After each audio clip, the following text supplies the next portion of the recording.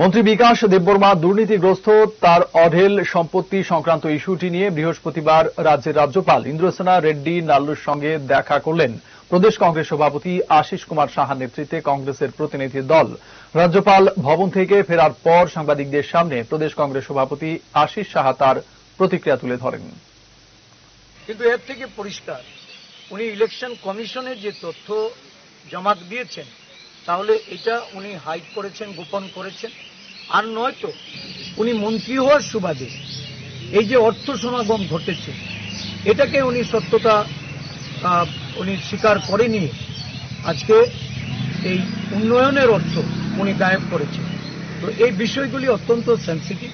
আমরা এই নিয়ে রাজ্যপাল মহোদয়ের সঙ্গে আমরা আলোচনা করেছি এবং ওনাকে আমরা বলেছি দলের পক্ষ থেকে যে মন্ত্রিসভার একজন সদস্য যদি এই ধরনের দুর্নীতির সঙ্গে যুক্ত থাকে তো তার বিরুদ্ধে সাংবিধানিকভাবে ব্যবস্থা গ্রহণ করার আপনি একমাত্র অথরিটি। রাজ্যের মুখ্যমন্ত্রীকে আপনার প্রয়োজনীয় নির্দেশ প্রদান করে অবিলম্বে ওনাকে মন্ত্রিসভা থেকে বরখাস্ত করে তার বিরুদ্ধে তদন্ত শুরু করা এবং রাজ্যবাসীর উন্নয়নের অর্থ যারা গায়েব করে তাদের বিরুদ্ধে প্রয়োজনীয় আইনি পদক্ষেপ গ্রহণ করা।